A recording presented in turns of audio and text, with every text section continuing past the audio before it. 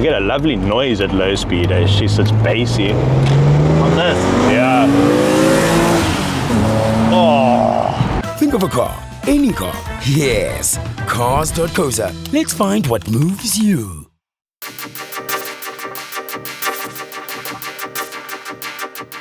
One of my favorite places in Cape Town to come hang out is the Mother City Car Company, and I'm here with the founder and owner and operator, Mr. Art Denisov. Did I get that right? Oh, sure. Yes, exactly. Perfect. I got it. Yeah, I got it. Okay, cool. So amongst all the beautiful stock that Art has here at the moment, I mean, look at that. That's a proper Jaguar, isn't it? Yeah. I mean, let's not get into the Jaguar story. Well, come with me, sir. Come with me.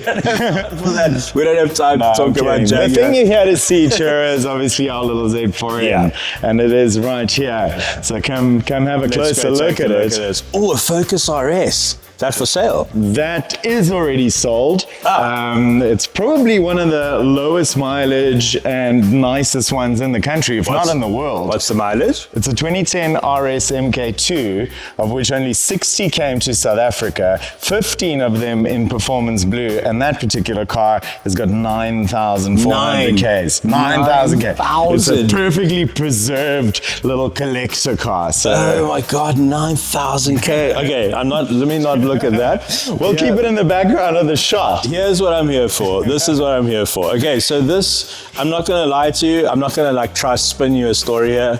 This is a dream car. I've heard all the stories. So You've heard all the stories. Okay, this is a dream car. And one of the reasons it's a dream car is because A, it's in my budget. And B, it has... I'm glad you checked that before coming. The E46 M3 motor, straight six, double Vanos, legendary motor. Oh yeah. Same output as the E46 M3 as well. 252 kilowatt, 365 Newton meters. This is, I think at the moment, one of the most underappreciated M cars that there is right now. Especially the Roadster, I think. I don't know if you know this one. Yeah. So there's a Z hidden in the bodywork over here. I didn't know that. That's very cool. It's kind of cool, yeah. I like how compact it is. I like how you're sitting at the back axle. So tell me about this particular one. I found it on Cars.co.za, which is always a good place to start. Right. And it's an I can't remember, 06. This is a 07 Reg. It's got 120,000 Ks, so this is not a perfect collector example. This is every man's daily drive dream. And I think, you know, obviously with Z4Ms and them having gained quite a lot of traction in the market recently, over the last couple of years, I would say, it's the coupe that the enthusiasts are after, right? Oh, it's rigid, oh, it's more driver's car. Yeah, but hang on, this cabin is so small, you don't actually experience that thing that people are trying to get away from by buying the coupe, which is chassis flex or scuttle shake. Because this cabin is nice and compact, the car doesn't move around as much as like a four-seater convertible car would. So for Cape Town, maybe this is the better alternative. I think it is. I think it is because I get what you're saying. In my mind, I'm always like buy the coupe, right? Yeah, that's kind of always my approach. If there's a coupe and a Roadster, buy the coupe. However, this is the one car I'm willing to make an exception for because I think it suits the lifestyle we live in Cape Town better than a coupe does. And I don't think you pay too much of a penalty because you've lost the roof. You don't. So Art is asking 319 for this car. From having seen it now without having driven it, I do feel that it is priced quite well. Art, what am I in for here? Am I in for tires? Okay, so yes. The front tires on this car are 11 years old, right? Okay. I don't know how the previous owner, the gentleman we traded the car in from, who's quite a sort of avid enthusiast in our little car community in Cape Town, I kind of expected him to have reasonable tires, but when I first drove the car, and I drove it for a good few days when it first arrived in stock, because that's what I do. I like to test them, make sure they're happy and everything is good and up to standard. And I very quickly ran out of grip on the front end. so you find the limit on it real quick. What's going on here? Don't worry about that. Don't worry about that. We're talking about the tires. But so it's gonna desperately need some front tires. I think the rears you can still kind of, you know, use a little bit longer. Might as well just finish them off while you're getting to know the car.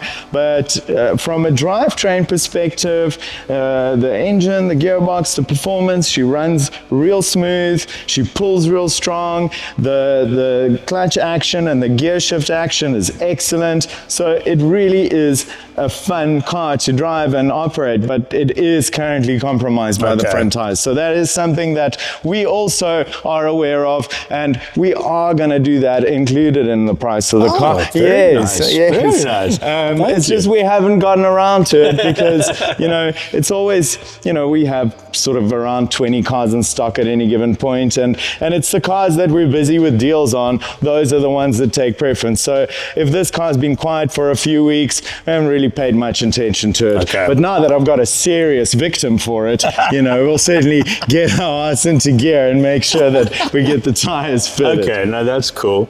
Probably always a good idea to change the battery. I find with an older car, it just makes quite a big difference. This one seems fair. I think it was recently replaced. Okay, cool. Okay, nice. It's also had a lot of major maintenance recently under the ownership of the previous owner. He took it to a pretty well acclaimed BMW specialist and went through everything, the Vanos, this was a double Vanos. Yeah. So all of that checks out good. There's quite a hefty invoice supporting the work that was done. So that's all benefit to the new owner. Nice. So I'm really happy with the car, the way it drives. I think you'll experience that just now, and I'm pretty sure you'll agree with me. It is let down by the front tires, but other than that, it's a hoot. So hint, I've never driven one of these. Now's your chance. All right.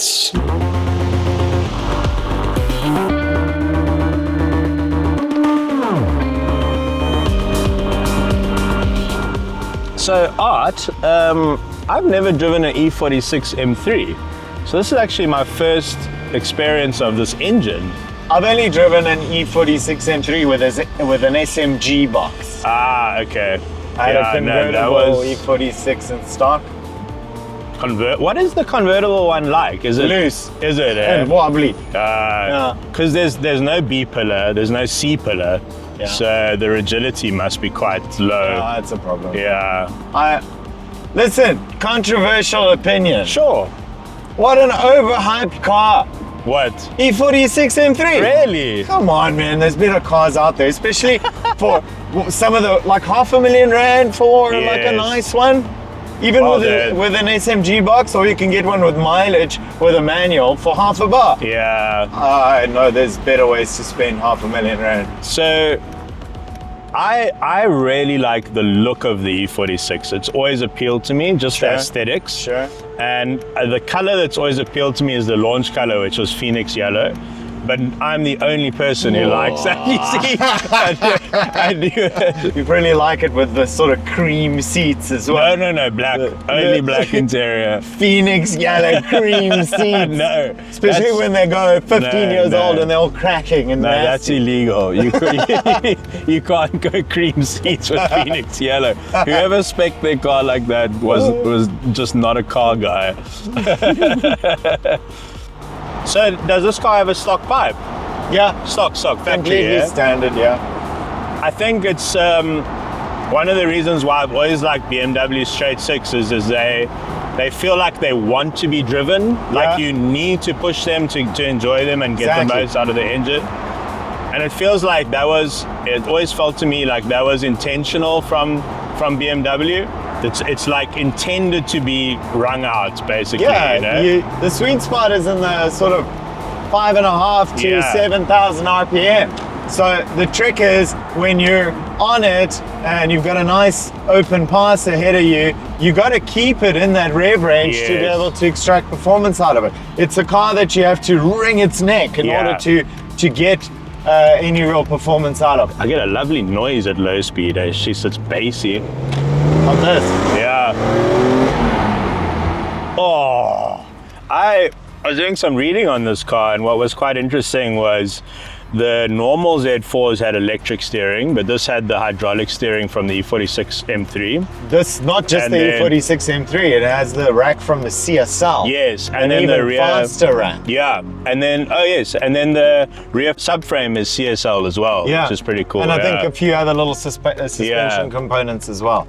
So remember, this was like a real BMW partsman car in its day. Yeah. So these came out towards the end of the Z4 production. Yeah. So from 2006, 7, 8, 9. And very my car few- sounds nice. That's Sorry. not good. the 2009, there were very few registrations.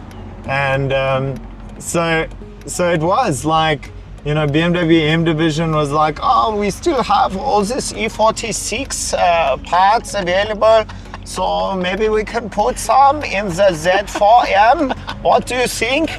And they were like, yeah, okay, cool. I mean, otherwise, what do we do with them? Sell them on eBay? No. so this is a real like M Frankenstein mobile. Yeah. But they took a lot of really good bits Yeah, to I put know, it they together. took the best bits. Yeah. Do you know, I think that's one of the reasons why, in my opinion, this is the best or the most undervalued M car right now, because even though it's a Frankenstein, it is a really good Frankenstein. No, I'm enjoying this, man. I love the wheel. I'm gonna get into And- this. Has got the nice sort of thick rimmed steering wheel. BMW is Yes. obsessed with girth. Girth. Those- Big girth steering wheels. No, I think that, and like I was saying to you off camera, you know, you said to me you're not that happy with the kind of, what's the word I'm looking for? Like the sort of interior aesthetics. condition, Yeah. But I don't like perfect cars. Like my V10 was perfect and I never drove it. I mean, if you're buying to collect, right? I mean, that's fine, but I buy to drive. I want to drive my cars, Exactly. you know? This is a proper driver's car, eh? Yeah. Oh, can I take it to the red line? Take it. Is that all right? Take it. Just remember those Yeah. front tires. Okay, I'll So- try and do it in a straight line. Let's drop back a little bit to a third gear pull. Sort of let some traffic go there. That should be fine. Let's do a second gear pull. Do it.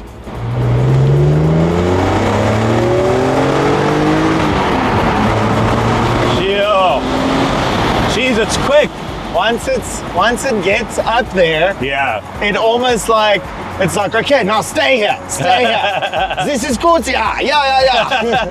You know what I think a lot of like younger motorists don't get to experience is linear power. Everyone's used to the elasticity of turbo motors. Yeah. Because linear cars compared to turbos don't feel as fast, but they are just as quick, or in most cases, or in a lot of cases. But it doesn't give you that whoa, that kind of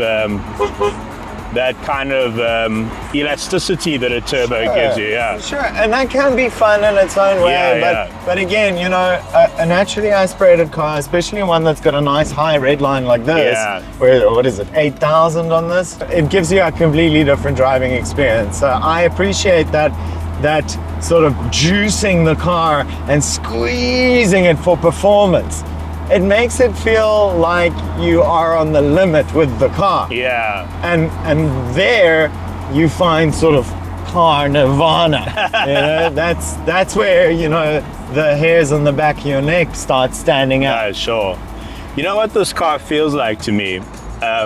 And it's something I look for in older cars, and it's missing in new cars. So like, let's say I drove the new RS3, I drove the new A45. Those cars, you get in and you know what the car offers you is right there. It's like, Yeah. cool, here's everything. Yeah. Whereas a car like this, I feel I could spend the next year or two exploring Yeah. what it can do. Yeah? And that's when you get like purchase satisfaction. Because it's not like I've driven it once, I know everything about the car, Exactly. you know? This I want to drive all day. Like, this is a proper driver's car. And you can potter around in it. You Yes, can yeah. use it as a daily. You just adjust the way you clutch and the way that you Yes. shift. It is a dual mass flywheel, so it can be Okay. a bit clunky at sort of low speed and Yeah. parking maneuvers and things like that. But once you've adjusted your driving style, you can happily potter around with this. It's not going to be tremendously thirsty. Quiet, eh? When you're just chilling, it's Yeah, when the roof comes on as well, you know, you're quite well isolated. yeah. You know what, my favorite time, I'm not a big convertible guy, right? Okay. But what I do really like to indulge is when I do have a convertible car in stock and I do want to take it for a drive, it's that summer evening. That is the best, man. Yes. When the sun has already sort of dropped to the horizon, so it's not baking in your Yes. face or in your head, and it's still nice and warm outside, and there's like a little bit of like a balmy kind of Yes. air, you're driving on the coast. That is convertible best. Like, You so honestly, it's amazing how on the same page we are, because when I bought a convertible, I realized that they are morning and evening cars. Yeah. That's it. Yeah. You take it out nice and early and you park it, or you go out nice and late and you park it. that's it. That's it. We're lucky in Cape Town. We have some of the most beautiful roads in the world. And the thing is, the coupe would, let's say, be better on track, right? Sure. But how often are you actually going to track the car? Couple of times a year, maybe. Yeah, most times in normal traffic, or if you go on a breakfast run, you're driving at like 8/10, at which point a car like this is absolutely fine. Yeah. You get the best of both worlds, in my opinion. Yeah. Look, if I lived in Joburg, I wouldn't consider the Roadster. I just wouldn't. But There's no way to drive it. Yeah.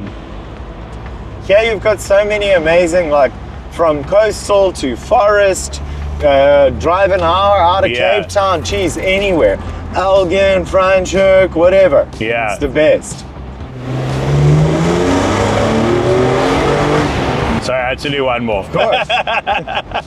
Oh, that's nice. What a fantastic, it's so smooth, it's so Yeah. creamy. Yeah. Oh, It's that, like, characteristic S54 sound, that, like, tinny. Bzzz. it's so good. And 250 kilowatts out of an NA motor is not poor. No, but this car's also quite light. Yeah. So it's lighter than the E46 M3. Oh, really? Is it? Yeah. Okay. Dude, thank you, man. Thank you for this You're most opportunity, man. It is just such a joy. You know, I mean, you know what I do for a living. Yeah. New cars have made me like old cars. Yeah, yeah. That is the point I've come to. Very few new cars put a smile on my face.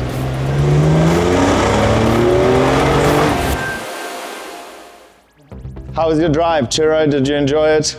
So this is one of those cases where meeting your heroes doesn't go badly. Oh, that's good. Thank you, bro. I've always known you're fond of me. I'm very fond of you, Art. Okay, so it's in my budget, which is good. That's a good start. And it has probably one of the best engines ever made.